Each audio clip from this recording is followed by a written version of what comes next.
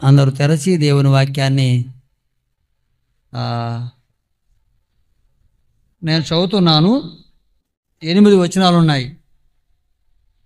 8 వచనాలు ఉన్నాయి. మీరు బైబిల్ తెరచి 3వ కీర్తన కొన్ని తలంపులు మనం జ్ఞాపకం చేసుకుందాం. నేను 4 వచనం నుంచి 8 వరకు చదువుతాను. ఎలుగెత్తి నేను యెహోవాకు మొరపెట్టినప్పుడు ఆయన తన పరిశుద్ధ పర్వతం నుండి నాకు ఉత్తరమిచ్చును. యెహోవా నాకు ఆధారం, కావున నేను పండుకొని నిద్రపోయి మేలుకొంటిని. 10,000 మంది దండెత్తి నా మీదికి వచ్చి మోహరించినను నేను భయపడను. యెహోవా లెమ్ము, నా దేవా నన్ను రక్షింపుము. నా శత్రువులందరినీ దవడ ఎముక మీద కొట్టువాడవు నీవే, దుష్టుల పళ్ళు విరుగొట్టువాడవు నీవే. రక్షణ యెహోవాది, నీ ప్రజల మీదకి నీ ఆశీర్వాదం వచ్చునుగాక. అందరం 8 వచనం చదువుదామా? అందరం రక్షణ యెహోవాది, నీ ప్రజల మీదకి నీ ఆశీర్వాదం వచ్చునుగాక. దాంతోపాటు ఇర్మీయా గ్రంథం మరొక మాట మనం చదువుకుందాం. ఇర్మీయా గ్రంథం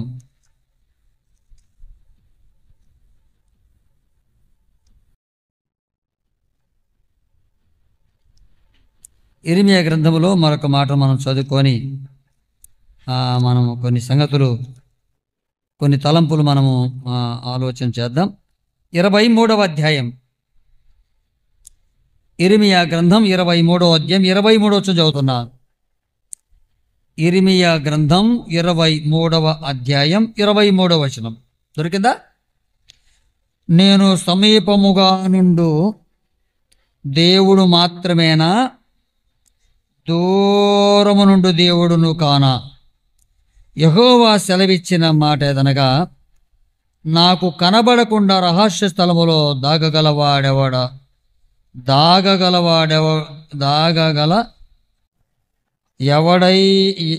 దాగగలవాడెవడేను గలడా?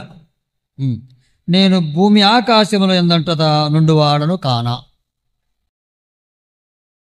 దేవుడి మాటలు మన కొరకు దీవించును గాక.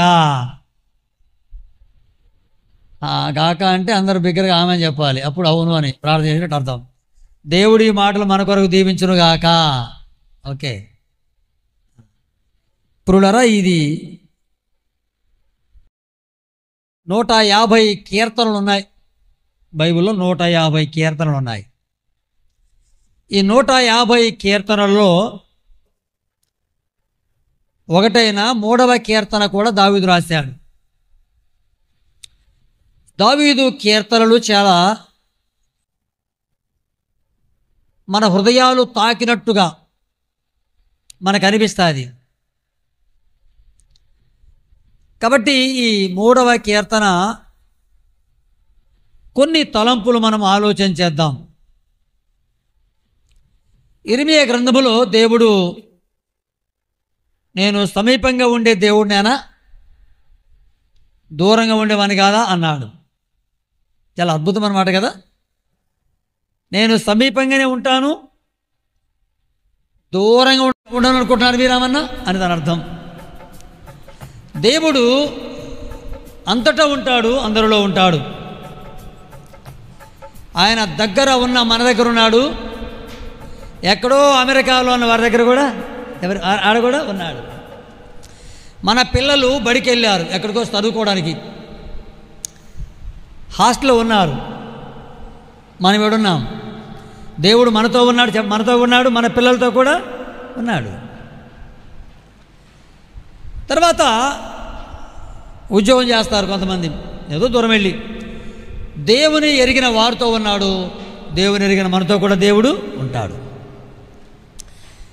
అందుకే ఇర్మీయా గ్రంథములో నేను దగ్గర ఉండేవాడిని, దూరముగా ఉండేవాడిని, నేను సమీపంగా ఉండే దేవుణ్ణి, దూరముగా ఉండే దేవుణ్ణి అంటూ ఒక అద్భుతమైన మాట ఏంటంటే చూడ మాట చదువుతాం మధ్య భాగంలో, నేను భూమి ఆకాశములు అందంతట నున్నవాడను గానా.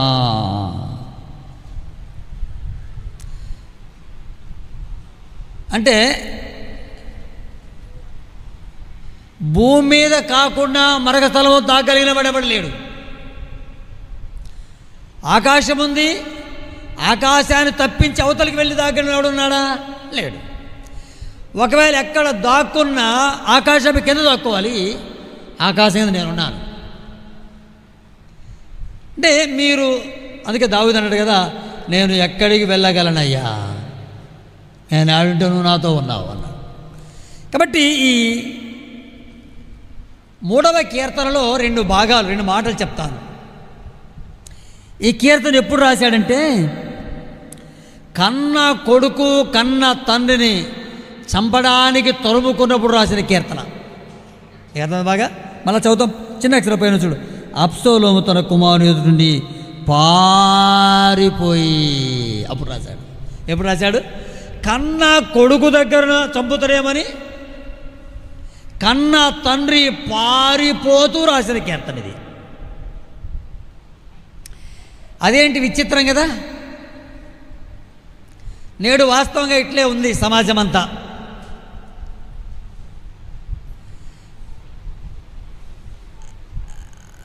కని పెంచి పెద్దవాని చేసి వాడు ప్రయోజకుడు అవ్వాలని, సమాజంలో మంచి పేరు ప్రతిష్టలు కలిగిన వాడిగా ఉండాలి నా కొడుకు అనే ప్రతి తండ్రికి ఆలోచన ఉంటుంది. ప్రతి కన్న లేక తల్లిదండ్రులు వారు బాగుండాలని, వారు ప్రయోజకులు అవ్వాలని, వారు ఆశీర్వాదకరంగా ఉండాలి, మా ఊరిలో మా కుటుంబం బాగుండాలి అని ప్రతి కుటుంబ సభ్యులు కోరుకుంటారు. సో అయితే ఆ రోజుల్లో దావీదు కన్న కొడుకు దావీదుకు దేవుడే ఇచ్చిన బాగా మాటలు, దావీదుకు దేవుడే రాజ్యాన్ని ఇవ్వగా,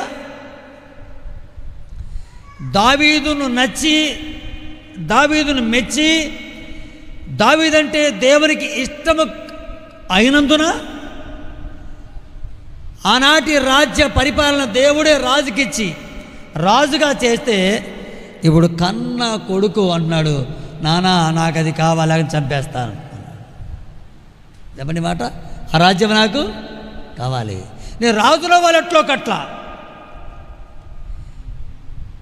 ఇప్పుడు రాజు అవ్వాలంటే తండ్రి ఏమవ్వాలి? ఎవరేందండి తండ్రి ఏమవ్వాలి?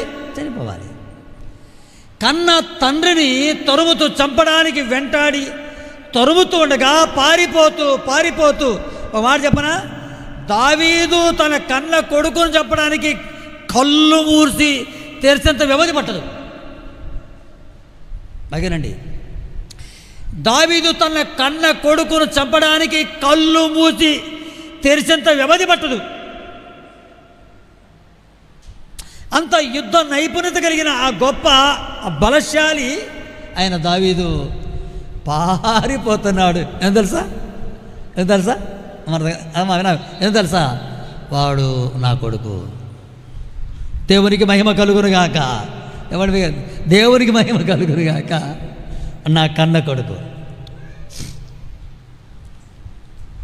ఈ మాట చదువుతున్నప్పుడు నాకు అనిపిస్తుంది, అసలు ఏంటి ఇంత నేడు అంటే దేవుదల మన దగ్గర రాకపోవచ్చు, సమాజంలో నేడు చాలామంది అలాంటి కోపకు చెందిన వారు చాలామంది సమాజంలో ఉన్నారు. ఆ మధ్య ఎవడో రోకల బండి తీసుకొని తల్లిని చంపాడు.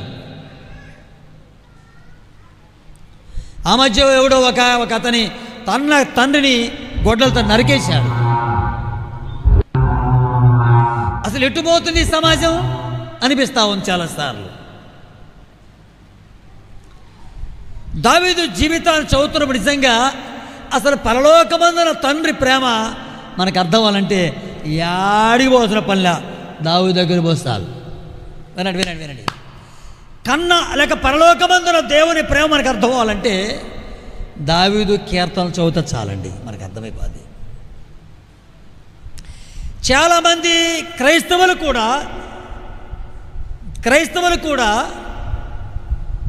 అలాంటి కోమకు చెందిన వారు చాలామంది మనకు కనబడతా ఉంటారు. కానీ పారిపోతూ దావీదు తను పలికిన 2 అద్భుతమైన మాటలున్నాయి. అన్నా పిచ్చన్నా లేపండి అన్న వైపు చూడాలి. ఇక మీరు పారిపోతూ చెప్పులు లేకుండా కొండలెక్కి పారిపోతున్నాడు. చెప్పులు కూడా లేకుండా అంటే ఎక్కడ మీనబడతాడో అనే కదా పారిపోతూ. అప్పుడు అసలు కాళ్ళకు చెప్పులు లేవని బైబిల్ ఉంది. సమయాల కింద కాళ్ళకు కూడా చెప్పులు లేక రాజు భవనములో ఉండేవాడు, అంతఃపురములో ఉండేవాడు ఎండకు పారిపోతూ చెప్పులు కూడా లేకుండా పారిపోతూ ఆ కీర్తన రాశారండి. ఆయన అన్నమాట 5వ వచనం చదువుతున్నా, యెహోవా నాకు ఆధారం. అదండి ఇంకా చెప్పండి, యెహోవా నాకు, అందరూ చెప్పండి, యెహోవా నాకు ఆధారం. అంటే పారిపోతూ కూడా వెనక వచ్చే కొడుకు సంగతి ఆలోచించలేదు, కానీ పరమందున దేవుని వైపు చూస్తూ, దేవా నీవు నాకు ఆధారం అయ్యా అన్నాడు. అంతే, నీవు నాకు ఆధారం. దావీదు జీవితం అంతా దేవుని మీద ఆధారపడి బ్రతికినవాడు. బాగా వినాలి, ఎంత బాగంటే ఆ కండ తల్లి దగ్గర చంటి బాబు ఎంత నిమ్మలంగా బ్రతుకుతాడో, దావీదు కూడా దేవుని మీద అంతగా ఆధారపడి బ్రతికినవాడు. దేవుని మీద ఆధారపడే వారికి దేవుడు ఏ మేలు చేయక మానడు. దేవునికి మహిమ కలుగునుగాక. ఆయన ఏ మేలు చేయక మానడు. ఈరోజు మన నుంచి కానీ నమ్మిన వారి నుంచి దేవుడు ఆశించేది ఏం తెలుసా? ఆయన మీద ఆధారపడేవారు కావాలి. నేడు కూడా చాలామంది ఉన్న మనబోటోరు చాలామంది ఉన్నారు. చాలామంది దేవుని మీద ఆధారపడక మనుషుల మీద ఆధారపడి ఆ అస్తవ్యస్తమైన వారు ఎందరో మనం చూస్తూ ఉంటాం. దేవుని మీద ఆధారపడిన వారు. దావీదు ప్రార్థన తెలుసా?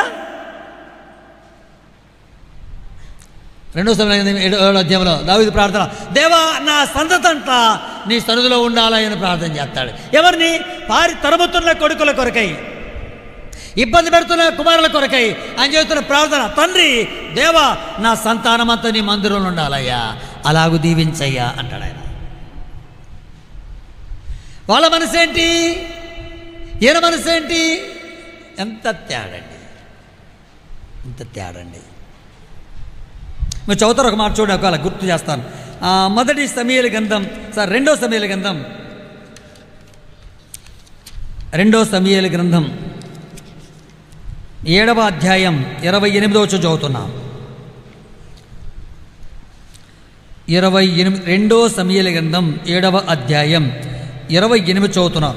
యెహోవా నా ప్రభువా, మేలు చేయుదునని నీవు నీ దాసుడని నాకు సెలవిచ్చున్నావే.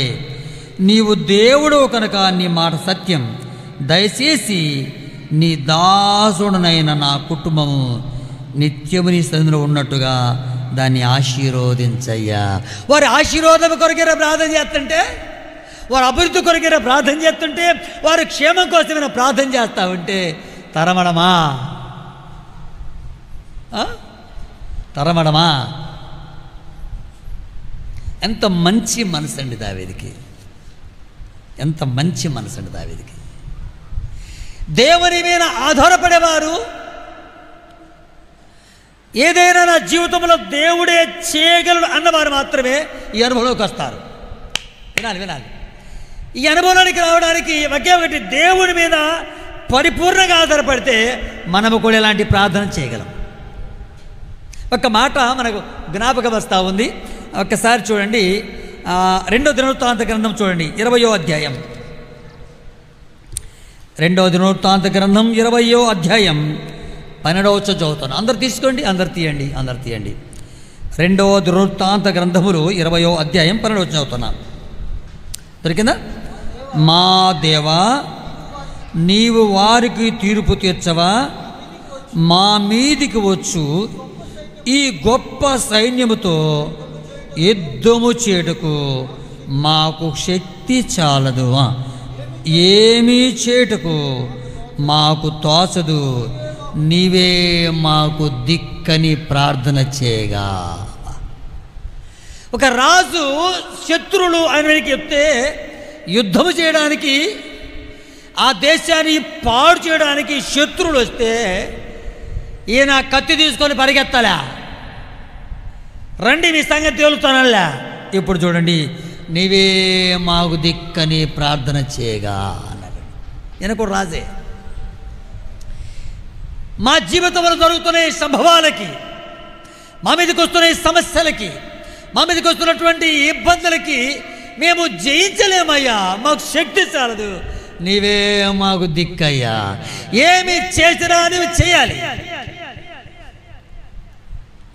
నువ్వేమైనా చేయడానికి సమర్థుడవు, నువ్వు చేస్తే మాకు క్షేమమని దేవుని మీద ఆధారపడిన రాజు. ఇప్పుడు చెప్పండి, ఇప్పుడు రాజుకు సైన్యం పడతా ఉండదా? రాజుకి ఎవరంటారు? సైన్యమే కదా బలము. రాజుకు సైన్యం ఉంది, కానీ సైన్యం సంగతి తర్వాత ఇప్పుడు సైన్యాధిపతి అయిన దేవుని దగ్గరికి వెళ్ళి, దేవా నీవు మాకు దిక్కయ్యా అన్నారు. ఒరే కావాలి కానీ కత్తులు పట్టుకొని యుద్ధం చేద్దాం, వల్ల కత్తులు పట్టుకోండి, భరుసలు చేసుకోండి, యుద్ధం పాప అనగా ముందు మన ప్రభు దగ్గరికి వెళ్దాం, ఆయన అనుమతి పొందాం, మన సమస్య ఆయన మీద వేద్దాం. ఆయన ఏం జరిగిస్తాడో చూద్దాం, ఆయన ఏం జరిగిస్తాడో చూద్దాం అనుకున్నాడు కదండి. ఎంత దేవుని మీద ఆధారపడ్డండి. మనకొస్తున్న సమస్యలు మనుషులు చెప్పడం చేత అవమానపరచబడతాం. మనకొస్తున్న సమస్యలు మనలో ఉంచుకుంటూ కూడా మనం బాధపడతాం. మనకొస్తున్న సమస్య మనకంటే మన కోసం ప్రాణం పెట్టి మనం రక్షించి పరలోక సంబంధులుగా చేసి భూమి మీద మనల్ని బ్రతికిస్తున్నాడే, ఆ దేవునికి చెప్పడం మన చేత అవ్వాలి. దేవునికి మహిమ కలుగునుగాక. ఇప్పుడు అన్నాడు, నీవే మాకు దిక్కయ్యా. వారితో యుద్ధం చేయడానికి మా బలము చాలదు, మాకు ఏమి చేయడం తోచడం లేదయ్యా, నీవే మాకు దిక్కు అంటే. ఇప్పుడు దేవుడు అన్నాడు మీరు మౌనంగా ఉండండి అన్నాడు. అంతే. ఎప్పుడు ఒక పక్క శత్రువులు వచ్చి ఊరి మీదకి ఇక పడతారేమో అని భయపడుతూ ఉన్న ఆ సందర్భాలలో, ఇక దేశం మీదకి వచ్చి చంపి ఆస్తులు దోచుకొని వెళ్తారు కదా, ఆ సమయంలో ఆయన హడావుడి చెందక గాబర పడక ప్రభుతో అంటాడు, ప్రభువా ఏమి చేయాలో మాకు తోచటం లేదయ్యా, ఏమి చేయాలో మాకు తోచటం లేదయ్యా, అందుకే మా సమస్యకు మీరు సరైన దేవుడు అని మాకు తెలుసయ్యా. మాట చెప్పంటే మా జబ్బుకు నువ్వు వైద్యమని మాకు తెలుసు, ఇప్పుడు నువ్వు ఏమైనా చెయ్యి, ఇక నీ చేతులు పెడుతున్నామని ప్రభుకు అప్పగించి ప్రార్థన. అద్భుతం.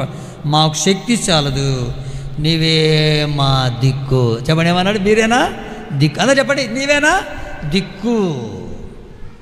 ఆ మాటగా దిక్కు లేని వారి ప్రార్థన ఆయన నిరాకరించడు అన్నాడు. దిక్కులే మనం అంటే లోకరిస్తారు, దిక్కులేని తండ్రే దేవుడే, దిక్కులేని వారికి దేవుడే. అప్పుడు మనం చెప్తాం కదా, పాప మా పిల్లోళ్ళు ఎవరు లేరా, దేవుడే వాడి దిక్కు అంటాం. నాన్నవారు లేనప్పుడు, ఆదరించేవారు లేనప్పుడు, ఆ తర్వాత ఆశ్రయం చూపని వారు లేనప్పుడు ఏం చేస్తారా పాపం, వాళ్ళు బాగానే బతికారు కానీ అందరూ పోయారు, వాడొక్కరున్నాడు అనాథ అయిపోయాడు. అమ్మా అప్పుడు అంటారు, మన పల్లెటూరులో కూడా అంటారు, పాపం ఈ ఊర్లేర్ర వాడికి దేవుడే వాడికి దిక్కు అన్నట్టుగా. అంత దీనులుగా, దేవా మాకు ఏమైతే తోచటం లేదయ్యా, ఒక పక్క వారు యుద్ధానికి వస్తున్నారు, మళ్ళీ చంపుతారు.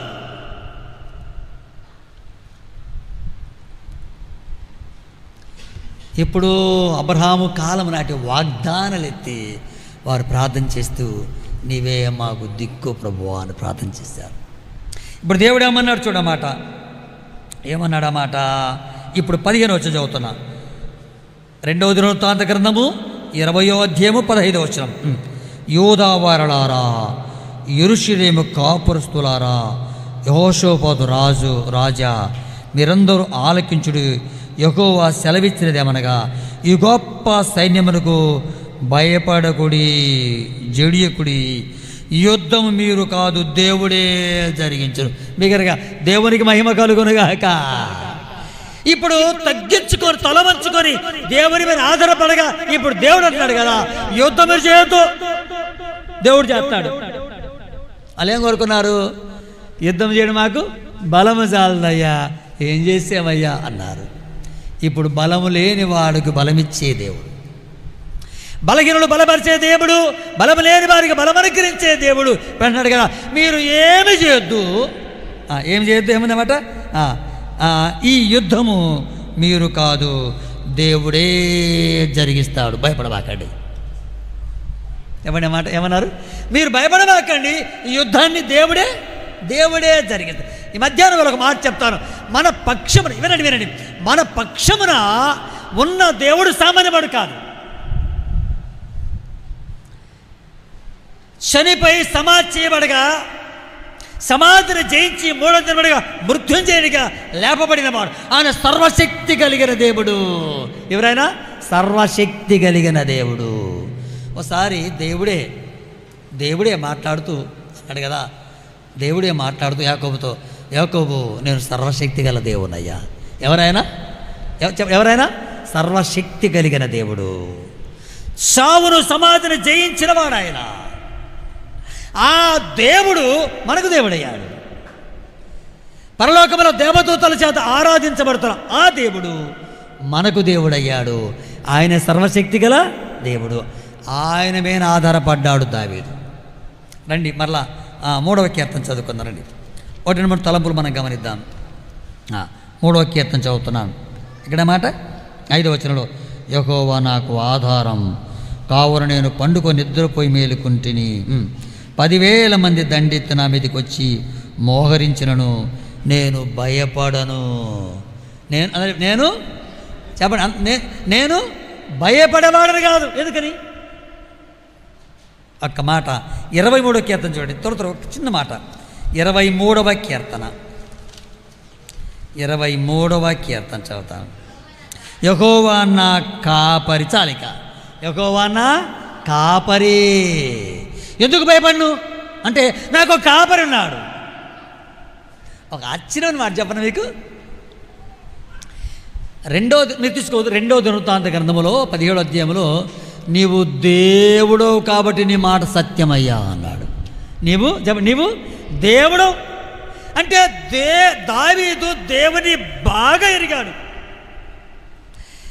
దావీదు అనే ఈయన దేవుణ్ణి బాగా ఎరిగాడు కాబట్టి బాగా ఆధారపడ్డాడు. అర్థమైందన్నమాట మీకు?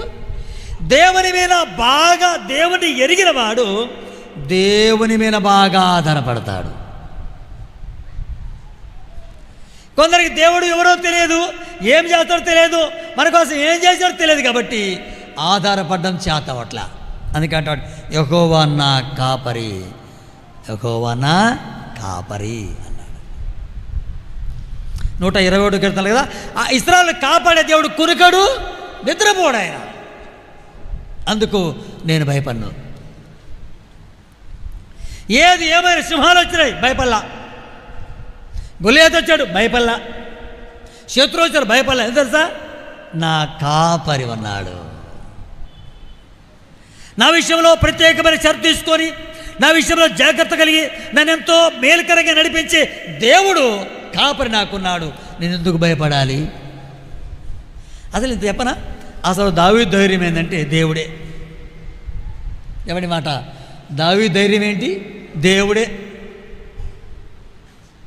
ఆయన దగ్గర నైపుణ్యత ఉందని కాదు, కానీ నేను దేవుడు నా పక్షాన ఉన్నాడు, నేను దేవుని పక్షమున ఉన్నవాడిని.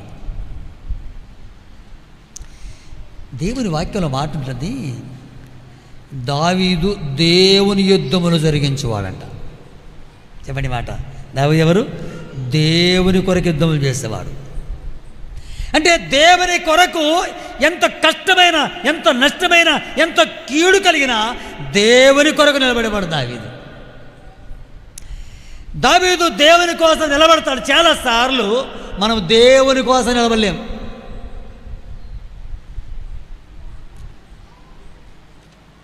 మనము దేవుని కోసం నిలబడలేక దేవుణ్ణి చేతకాని వాని చేస్తూ ఉన్నాం. మాట వింటారా మీరు బాగా? మనము దేవుని మీద ఆధారపడక, మన సమస్య దేవునికి అప్పగించక దేవుణ్ణే చేతగాని వాని చేస్తున్నాం మనం. అలాగే మాట మనకు అర్థమైందా? దేవుని మీద ఆధారపడ్డం దావీదు కలవట. అందుకే నేను భయపడను, 10,000 మంది వచ్చినా భయపడను, 10,000 మంది వచ్చి మోకరించినా రారా తేల్చుకుందామన్నా నేను భయపడను. 10,000 మంది సైన్యం. బైబిల్ ఒక మాట, దేవునికి సైన్యం, ఇది సైన్యములకు అధిపతి అని యెహోవా ఆయన పేరు. దేవునికి మహిమ కలుగునుగాక. ఆయన పేరేంటి? సైన్యములకు అధిపతి.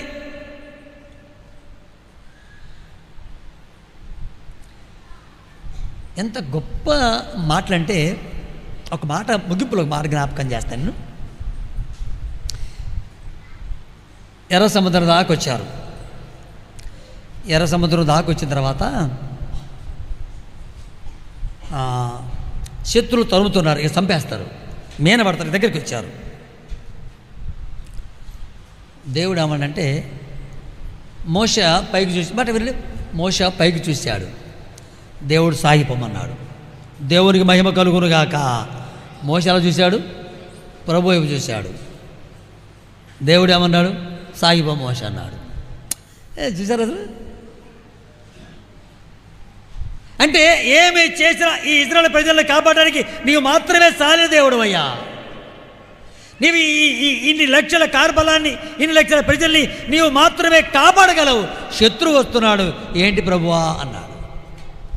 వెంటనే ఇప్పుడు దేవుడు అన్నాడు మోషతో, మోషా సాగిపోమన్నాడు. ఎక్కడ? ఎందులో? ఎక్కడ సాగిపోమంది? ఎక్కడ? ఎర్ర సముద్రములో.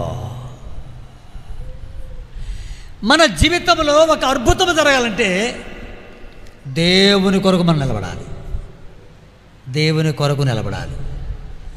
దేవుని కొరకు మనం నిలబడితే మన కొరకు తప్పక దేవుడు నిలబడతాడు.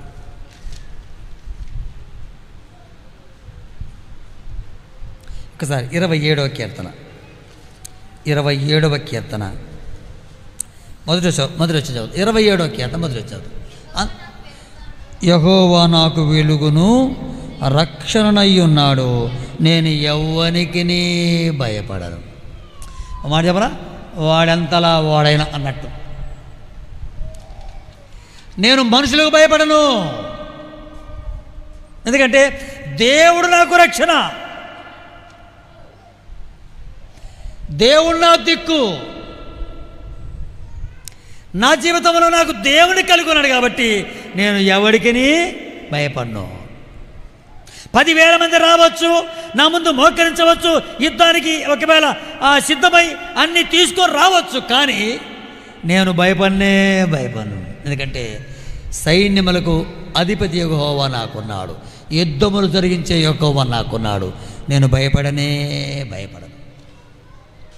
సోదరి సోదరులని మధ్యాహ్నము ఆ సంగతులు మనలో తీసుకొని మనకొచ్చే సమస్యలకి, మనకొచ్చే బాధలకి, మనకొచ్చే అనారోగ్యతలకి, మనకొచ్చే ప్రతి విధమైన సమస్యలకి మనం ఏ ఊరు మనకు లేదన్నట్టుగా దిగులు పడిపోతాం, బాధపడిపోతాం, భంగపడిపోతాం.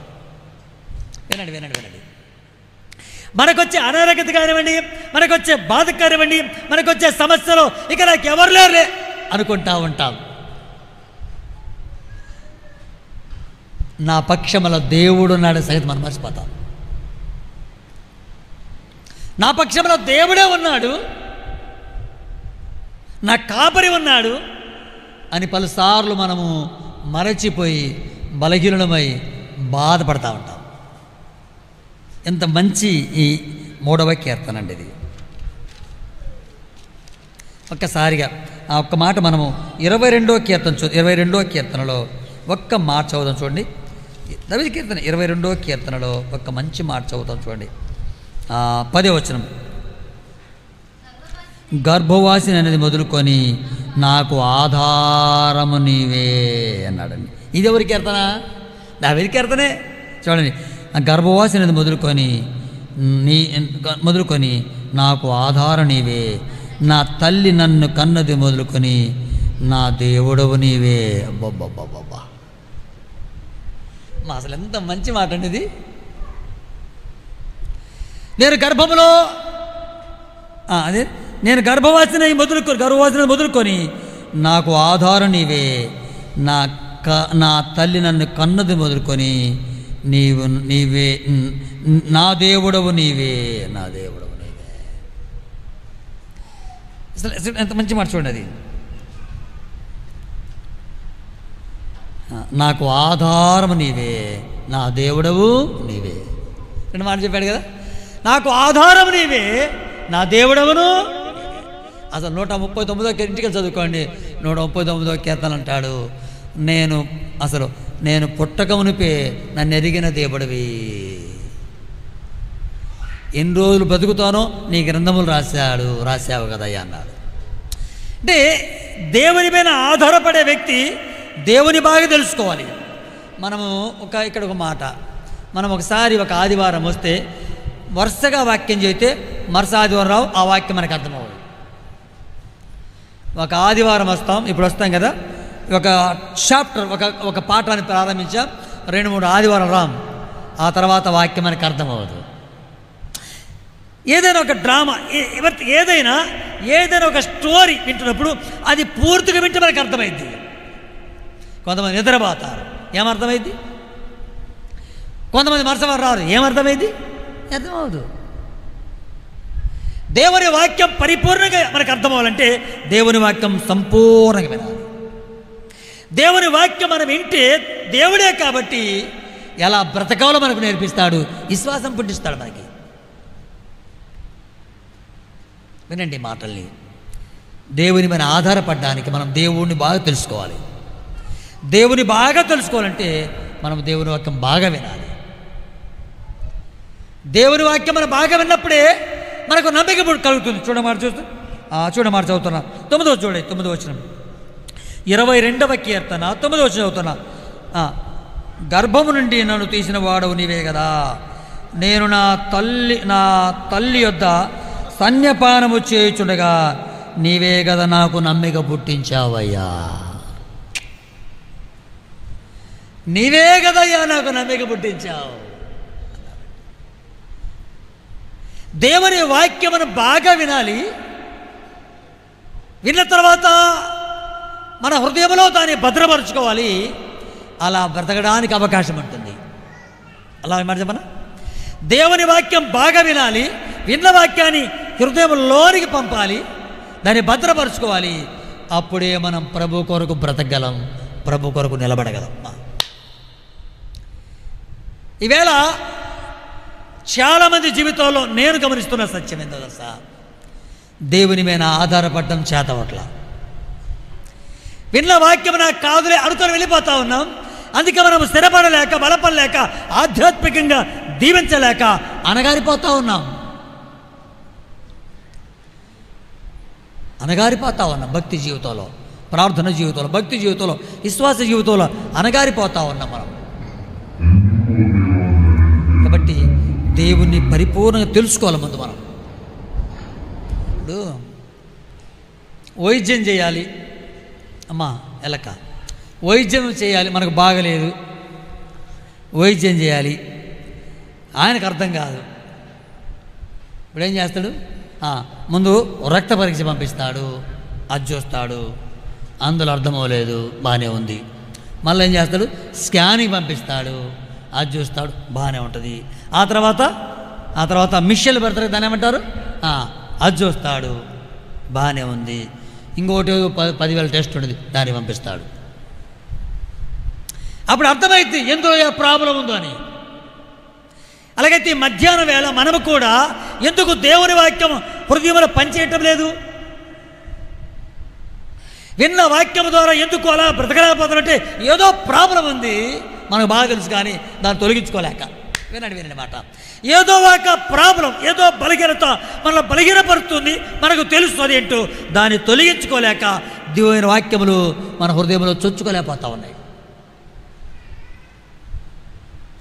ఏదో బలహీనత మనకుంది, దేవుని వాక్యం సమృద్ధిగా వింటున్నా కూడా మనలో మార్పు కలలేదంటే ఏదో బలహీనత వాక్యము చొచ్చుకొని పోనీయకుండా బలహీనపరుస్తూ ఉందని మనకు అర్థమవ్వాలి. రోజు రోజుకు మన ఆధ్యాత్మిక జీవితం ఎదగాలి. అనేకులు మన బ్రతుకులతో రక్షించబడాలి. నేను చెప్పాను కదా గతసారి, నీ ద్వారా ఒక్క వ్యక్తి అయినా రక్షించబడకపోతే, తల్లి వినండి, నువ్వు మందిరానికి వస్తున్న మంచిదే, నువ్వు ప్రభు నమ్మకం మంచిదే, బాప్తిస్మం పొందడం మంచిదే, దేవుని ఆరాధించడం మంచిదే. అయితే అలాగ లేని వారు ఎందరూ కళ్ళ ముందు కనపడటం లేదు. వినండి, నీ మాటే ప్రార్థన చేస్తారు. నీవు అనుభవిస్తున్న ఈ అనుభవము, దేవుని ఆరాధిస్తున్న ఈ అనుభవము, ప్రార్థించే అనుభవము ఎందరికో మన ఊర్లో లేదు కదా. వారి విషయమై ఎరిగిన మనము ఎరగని వారికి సాక్షార్థమై మన జీవితంలో ఉండొద్దా? ఎరిగిన మనము ఎరగని వారికి సాక్షార్థమై ఉండొద్దా? నేను మీకు మాట చెప్పాను కదా మొన్న, మన పరిచయం రక్షించబడిన ఒక తమ్ముడు ఉన్నాడు, ఆయన వెంకటేష్. చాలా సభలలో నా గురించి ప్రస్తావన చేస్తాడు. మొన్న మన సోదరుడు కోటేష్ కూడా వాళ్ళ ఇంటి కుటుంబ ప్రార్థనప్పుడు అద్భుతమైన మాట వాడారు. చివరిగా మాట్లాడుతూ మా ఆత్మీయ నాయకుడు అన్నగారు ఉండడం చాలా సంతోషంగా ఉంది. మేము మరలా సంఘానికి వెళ్ళి ఎంతో ఆ వాక్యం చేత దీవించబడుతున్నాం, వాడబడుతున్నామని. నిజమే. ఏమంటే మనం పొందుకున్నాము, అనుభవిస్తున్నాము. అయితే ఇది ఎరగని వారెందరో ఉన్నారు. మొన్న ఒక రోజు సభలు జరిగాయి కొండేపులో. నేను, లక్ష్మణ, బాలస్వామి, పాస్టర్ అక్క, నేనే కారు తోలుతూ వెళ్ళాను, కొత్తగా తోలుతూ వెళ్ళాను. వేల మంది ప్రజలు, అన్నంతేనా, వేల మంది ప్రజల ముందున్నారు. అందరికంటే ముందు నా భుజమెంచి చేసి అన్నగారు ప్రార్థన చేసిన తర్వాత ప్రారంభమవుతాయి. నేను అంటాను, ఎంత ఈ బలహీనుడికి సువార్త చెప్పాను, అతనికి అంతకంటే ఏం చేయాలా? ప్రార్థన చేశాను, అంతకంటే ఏం చేయాలా? ఇక అంత గొప్ప వేల మంది సమూహంలో ఫస్ట్ నేనే స్టేజ్ మీదకి వెళ్ళి, మొదటి ప్రార్థన నువ్వే ఎప్పుడు చేయాలి, నువ్వు ఉన్నంతకాలం, నేను ఉన్నంతకాలం నువ్వే మొదటి ప్రార్థన చేయాలన్నా, నాకెవరున్నారు? ఆయన పెళ్ళి, ఈ పిల్లని మేమే మాట్లాడినాం, నేను కూడా ఉన్నాను. అమ్మాయిని మాట్లాడిన తర్వాత అన్నాడు, పెళ్ళి ఆర్భాటమేం లేదన్నా, 10 మందితోనూ పెళ్ళి జరగాలి, నువ్వు ప్రార్థన చేసి, నేను తాళేం కట్టేయలేదు ఆయన, అవన్నీ నేను చేయలేదు, నువ్వు అక్క వచ్చి ప్రార్థన చేసి మా చేయి పట్టిస్తే ఆమె నా భార్య వద్ది, అంతకంటే నాకేం వద్దన్నాడు. వాళ్ళ సొంత బావ గొప్ప సేవకుడు, తర్వాత 1000 మంది పైన వస్తారు, సంఘం అయింది. నేను అక్క వెళ్ళాం, రాజు వెళ్ళాం, నాతో కొందరు వచ్చారు, ప్రార్థన చేశాం, 4 మాటలు చెప్పాను, వాక్యం చెప్పాను, ప్రార్థన చేశాను, భార్య భర్తలు అలా ఉండాలో చెప్పాను, ఎలా సేవ చేయాలి చెప్పాను, అన్ని 15 నిమిషాలు చెప్పాను, చేయి పట్టించాను, పోండి మీరు భార్య భర్తలు అన్నారు. ఈరోజు అద్భుతమైన పరిచయం చేస్తూ ఉన్నారు. అందుకని నేనేమంటే, నీవు కూడా అలాగ సువార్త ఒకరు చెప్పి ప్రభులోకి నడిపిస్తే ఇక్కడ అతను మర్చిపోయిన పరలోకములైనా ఖచ్చితంగా అతను ఒప్పుకొని తీరవలసిందే. దేవునికి మహిమ కలుగునుగాక. ఒప్పుకొని తీరవలసిందే. నువ్వు చెప్పిన వాక్యము, ఒక అక్క రక్షించబడి ఆమె నేను దూషించి నిన్ను మర్చిపోయి త్రోసివేసి వెళ్ళిపోయినా మహిమలోనైనా ఆ సంగతి బట్టబయలవుతుంది. మీ అందరికీ నేనే వాక్యం చెప్పలా, ఎవరో వాక్యం చెప్పారు, ప్రభుని నమ్ముకున్నారు. కానీ నిన్ను బట్టి వారికి ఘనత ఉంది. నీకు కూడా ఘనత రావాలంటే నీవు కూడా దేవుని పని చేయాలి. అర్థమైందా? నీవు ద్వారా కూడా ఒక్క ఆత్మైన నీ ద్వారా రక్షించబడితే నీకు పరలోకం ఎంత ఘనత నీ ప్రభు దగ్గర. పరలోకంలో నీకు ఎంత ఘనత, ఎంత ఖ్యాతి. ఎక్కడో నువ్వు వాక్యం చెప్పినావు, ఎక్కడో మూల కూర్చున్నావు, ఒక అమ్మాయి లేస్తుంది, ఎలా ప్రభుని నమ్ముకున్నావు? ఆ మూల కూర్చున్న అక్క వాక్యం చెప్పిందయ్యా అంటావు పరలోకంలో. బా ఎక్కడున్నావంటే ఆ మూల కూర్చుంది, ప్రభు పిలిచి భుజమం చేసి నా కోసం ఎంత పని చేసావని మెచ్చుకుంటాడు కదా. ఇప్పుడు మనం బళ్ళల్లో ఆటల పోటీలు జరుగుతాయి కదా. జరిగితే ఆగస్టు 15వ తారీఖు సభ పెట్టి అదేదో మనకు స్వాతంత్రం పెట్టవచ్చని చెప్పి ఆ తర్వాత ఫస్ట్ వచ్చిన వారికి ప్రైజులు ఇస్తూ ఉంటారు, గెలుపొందిన వారికి ప్రైజులు ఇస్తూ ఉంటారు. మహిమలో కూడా ఇదే జరుగుతుందండి. పరలోకములో కూడా మహిమలో కూడా ఎగ్జాక్ట్గా ఇలానే జరుగుతుంది. ప్రభువు సింహాసనంపై కూర్చుంటాడు, మనమందరం ఆయన సింహాసనం ముందు నిలబడతాం. అవులయ్యా లేరా అంటే ప్రభువా అంటే నన్ను నడిపించిన నా ఆత్మీయ తండ్రి ఎవడో కూర్చొని ఉంటాడు, నేను చెప్పవలసిందే కదా.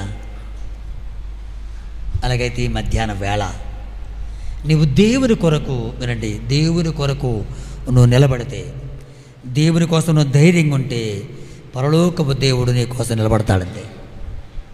దావీదు పారిపోతూ బాధల్లో దుఃఖముల కష్టములు కూడా యెహోవా నా కాపరి అన్నాడు, యెహోవా నాకు ఆధారం అన్నాడు, నేను ఎవ్వరికి భయపడను అన్నాడండి. మనుషులు పెట్టే సమస్యలకి, మనుషులు పెట్టే బాధలకు భయపడాల్సిన పనే లేదు, ఎందుకంటే దేవుడు మనకున్నాడు. మనుషులు పెట్టే భయాలకి, మనసు కలిగించే ఇబ్బందులకి భయపడాల్సిన పనే లేదు, దేవుడు ఉన్నాడు మనకు తోడు. దేవుడు అట్లాగూ ఆధారపడదాం, ప్రభు చేత మేలు పొందాం, దేవునికి రోషంగా ఉందాం, ప్రభు మనల్ని దీవిస్తాడు. దేవుడి మాటలు మన కొరకు దీవించునుగాక. తలలోంచి ప్రార్థన చేద్దాం. విన్న మాటలు ప్రార్థించి కళ్ళు మూసుకుందాం. అలా ఇలా చూడదు, ఒక్క నిమిషం కళ్ళు మూసుకుందాం.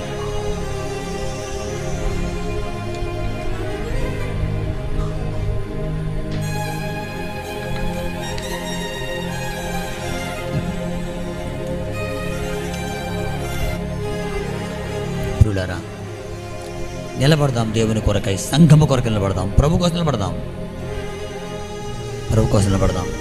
ఒకరోజు ఇక్కడ, ఒకరోజు అక్కడ, ఒకరోజు ఆ సంఘం ఈ సంఘంలో అలాంటివి ఉండకూడదు. దేవుడు ఒక్కడే, సంఘం ఒక్కటే. దేవుని కోసం నిలబడదాం, ప్రభు మన కోసం నిలబడతాడు. దావీదు ఎంత నిలబడ్డాడు దేవుని కోసం, ఎంత నిలబడ్డాడండి ఆయన. నాకు ఆధారం, నేను భయపడను, ఎందుకంటే ఆధారం ఉన్నవాడున్నాడు, ఆదుకునేవాడున్నాడు, ఆదరించేవాడున్నాడు, ఆశీర్వదించేవాడున్నాడు. ఎందుకు భయపడాలి? అది ఆయన కాన్ఫిడెంట్, ఆయన కాన్సెప్ట్ అది. ఆదరించేవారున్నాడు, ధైర్యపరిచేవారున్నాడు, ఆదుకునేవాడున్నాడు, నాకు ఆధారమైన వాడున్నాడు, ఎందుకు భయపడాలి? ఆయన్నే మనము కలిగి ఉన్నాం కదా, ఆయన్నే మనం కలిగి ఉన్నాం కదా. ప్రార్థన చేద్దామా? ఇంకా ప్రభు నమ్మక మారు మనసు పొందక ఉంటే సోదరి సోదరారా, ప్రభు ఇస్తూ నీ మంచి అవకాశాన్ని పోగొట్టుకోవద్దు. ఇంకా బాప్తిస్మ పొందక సంఘానికి చాలా కాలం చేస్తూ ఆరాధించకుండా వెళ్తే ఉంటా పోతా ఉన్నాను. ప్రభు రక్తం, ప్రభు శరీరం మీకోసం మిగిలిపోతుందని, అది నా కొరకే అని ఒకసారి ఆలోచన చేద్దాం. ప్రేమ కలిగిన పరలోకపు తండ్రి, మా ప్రియుడవైన ప్రభువా, నమ్మదగిన దేవుడా, యేసుక్రీస్తు ప్రభువా, మీకు స్తోత్రాలు చెల్లిస్తున్నాం. ఈ మధ్యాహ్నపు వేళ మీరు మాకిచ్చిన మీరు వాక్కులకై స్తోత్రాలు. దావీదులాగే మేము ఆధారపడ్డాం, అందుకై మీ లేఖనలు మాకు అందించారు. ఇంకా లోతుగా మేము ఆధారపడ్డం మాకు నేర్పించండి. మీ లేఖనాలు వింటుండగా విన్న ప్రతిసారి లోపాలు సరిచేసుకొని, బలహీనలు సరిచేయబడి ఆధ్యాత్మికంగా మేము ముందుకు సాగడానికి మీ కృప అనుగ్రహించమని, వచ్చిన ఒక్కొక్కరిని మీ ఆత్మచేత దీవించి పంపమని, ఇంకా బాప్తిస్తాలు పొంది ఆరాధనలో పాలు పంపులు పొందకుండా ఉన్నవారు ఉన్నారు. అటు వారందరి కోసం ప్రార్థన చేస్తున్నాం. నిన్ను ఆరాధించడం తప్ప ఏం చేయగలం మేము? మీరు కోరుకుందనే కదా దేవా. ఈ కూడికలుంటే మీరు ప్రేరేపించమని, మారు మనసు పొందని వారు, రక్షించబడిన వారు ఉంటే ప్రేరేపించమని, మిమ్మల్ని ఆరాధించిన బిడ్డలు ఉన్నారు, వారిని మీరు దీవించి పంపని, వారి భర్తలు గొప్ప మార్పు, వారి కుటుంబాలు గొప్ప మార్పు కలిగించమని. ఎందరో వేదనతో మా భర్తలు మారలేదని, మా పిల్లలు మారలేదని, మా గ్రామం మారలేదని ఎందరో వేదనతో ఉన్న తల్లులు ఉన్నారు. వారిని మీరు దీవించమని, హృదయ వాంఛ తీర్చి కార్యం చేయమని. ఇంకా బాప్తిస్తాలు పొందక నిర్లక్ష్యపడుతున్న వారు ఉంటే హృదయంలో ప్రేరేపణ పుట్టించమని. ఈ రాత్రి జరిగే సువార్త సభను మీరు ఆశీర్వాదకరంగా దీవెనకరంగా జరిగించి మహిమ పొందమని. కొచ్చల కూడా జరుగుతున్న ఆరాధన పరిచర్య దీవించమని. మా ముందు విస్తారమైన పరిచర్య ఉంది. మా ద్వారా జరిగించి మీరు మహిమ పొందుకో, మమ్మల్ని అందరినీ వాడుకోమని. 18వ తారీఖు, ఆగస్టు 18వ తారీఖు తీర్మానం చేసుకున్న వారిని స్థిరపరచమని, మీ రాక కొరకై సిద్ధపరచమని, దీవించమని. నిష్ప్రయోజన బలహీన దాసు నా కుటుంబాన్ని నన్ను జ్ఞాపకం చేసుకోవాలి. అందించిన మాటలు హృదయంలో క్రియ జరిగి దూరం నుంచి విన్న దగ్గర ఉన్న హృదయంలో కార్యం చేయమని. బలహీన దాసులను ఒప్పుకుంటూ మీ చిత్తానికి ప్రకారం నడిపించమని. గనుడు మహోన్నతులైన యేసుక్రీస్తు నామములో స్తోత్రములు చెల్లించు.